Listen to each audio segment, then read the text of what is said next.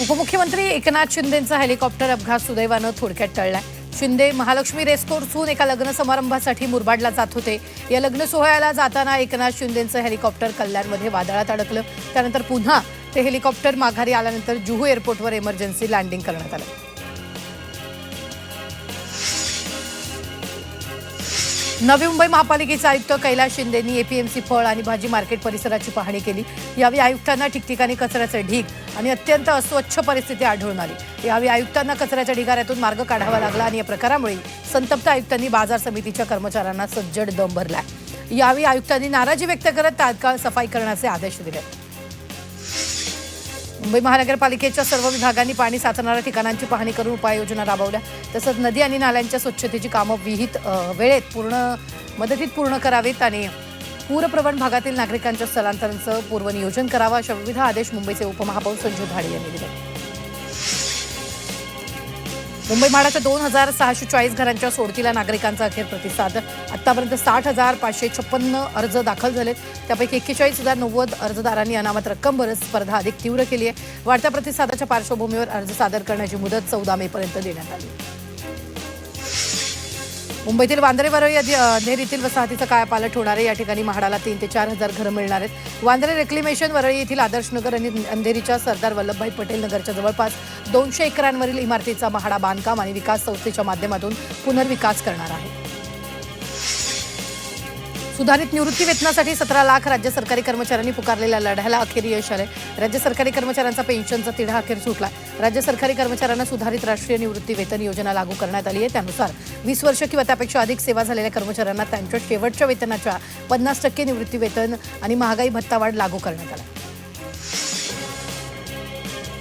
Mumbai water metro प्रकल्पासाठी महाराष्ट्र सागरी मंडळ आणि नार्वेस्थित मे हायके एस या सागरी तंत्रज्ञान कंपनी दरम्यान आज मुख्यमंत्री देवेंद्रजी फडणवीस यांच्या उपस्थितीत मुख्यमंत्र्यांच्या वर्षा या शासकीय निवासस्थानी सामंजस्य करार करण्यात आला।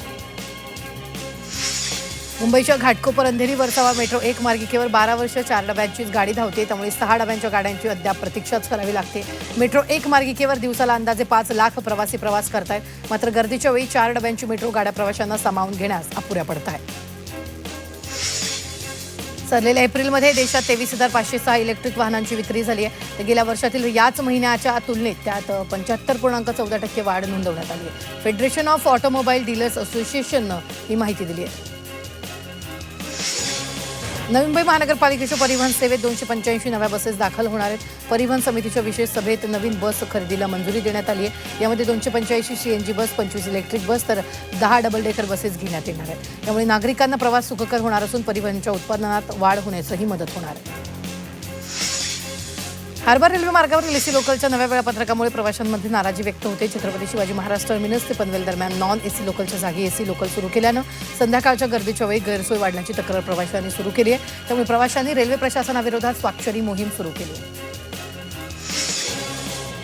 जून जुलैमध्ये होणाऱ्या 12वीच्या पुरवणी परीक्षेसाठी ऑनलाईन अर्ज प्रक्रिया सुरू झाली आहे। विद्यार्थी 15 मे पर्यंत नियमित शुल्कासह तर 20 मे पर्यंत विलंब शुल्कासह अर्ज भरू शकणार आहेत। मुंबईत महालक्ष्मी सरस यंदा भव्य थीम पॅव्हेलियन आकर्षक सजावट आणि जागतिक दर्जाच्या संकल्पनेमुळे विशेष चर्चेत आहे। महाराष्ट्राची संस्कृती, ग्रामीण जीवन आणि आधुनिक तंत्रज्ञानाचा सुंदर संगम यंदाच्या पॅव्हेलियनमध्ये पाहायला मिळतो। आरटीईची राज्य सरकारकडे फीपोटी 2,500 कोटी रुपयांपेक्षा अधिक थकबाकी आहे। त्यामुळे प्रवेश प्रक्रियेसाठी सुधारित एसओपी तयार करण्याच्या सर्वोच्च न्यायालयाच्या निर्देशानंतर राज्य शिक्षण विभागाकडून हालचालींना वेग आलाय। नव्या धोरणात कायदेशीर सुसंगतीवर भर दिला जाणार आहे। संरक्षित फेरीवाल्यांना 5 आठवड्यात ओळखपत्र द्या असे आदेश मुंबई उच्च न्यायालयानं बीएमसीला दिले। जवळपास 99,000 अधिक फेरीवाल्यांना तातडीनं QR कोड आधारित ओळखपत्र देण्याचे आदेश देण्यात आले।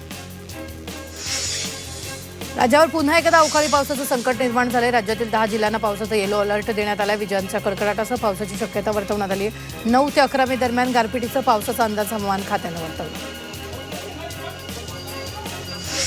कल्याण पश्चिमेमध्ये घरातील एसीचा स्फोट झाला आणि या स्फोटामुळे घराला भीषण आग लागल्यानं 2 फ्लॅटचं नुकसान झालं। आगीत कोणतीही जीवितहानी झाली नाही, मात्र घरातील साहित्याचं नुकसान झालं।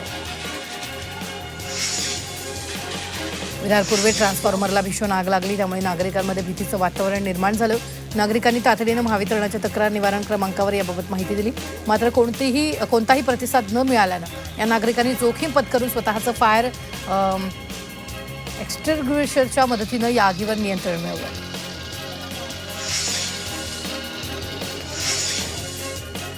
दक्षिण मुंबईतील 13,000 इमारती धोकादायक आहेत असा अहवाल उच्च न्यायालयानं नेमलेल्या समितीने दिलाय. 2 निवृत्त न्यायाधीशांच्या समितीच्या अहवालात याबाबतची माहिती समोर आली. डहाणू दिवा लोकलमध्ये मराठी भाषेला दुय्यम स्थान दिलं जात असल्याचा आरोप होतोय. डहाणू दिवा लोकलच्या डब्यांमध्ये सर्वत्र गुजराती जाहिराती प्रसिद्ध केल्या जात असल्यानं मराठी भाषिक लोकल प्रवासी नाराज झाल्यानं मराठी भाषिकांकडून संताप व्यक्त केला जातोय.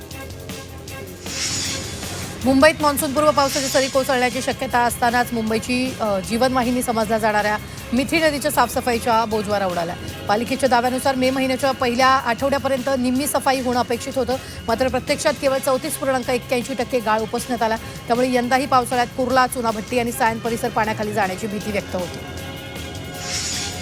कांदिवलीत एका मॉलमधील जेवणात झुरळ आढळल्यानं खळबळ उडाली. एका मॉलमधील फ्राईड राईसमध्ये झुरळ सापडल्यानं स्वच्छतेवर प्रश्नचिन्ह निर्माण झालाय. या घटनेमुळे मॉलमधील फूड आउटलेट्सच्या तपासणीची मागणी जोर धरू लागली. ग्राहकांच्या आरोग्याशी खेळ सुरू असल्याचा आरोप नागरिकांनी केला. पायधुनीत कलिंगड खाल्ल्यानंतर एकाच घरातील चौघाच्या मृत्यूप्रकरणी आतापर्यंतची सर्वात मोठी अपडेट समोर आली. उंदीर मरणाच्या औषधाने चौघांचा मृत्यू झाल्याची धक्कादायक माहिती समोर आली.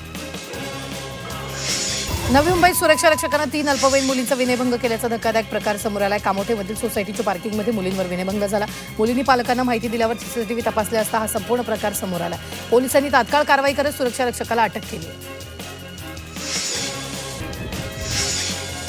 मे महिन्याच्या सुरुवातीलाच एलपीजी दरात कोणतीही वाढ झाली नाहीये. तसंच पेट्रोल आणि डिझेलच्या दरांमध्येही तात्काळ वाढ होणार नाही असा दिलासा केंद्रीय पेट्रोलियम आणि नैसर्गिक वायू मंत्रालयानं दिला.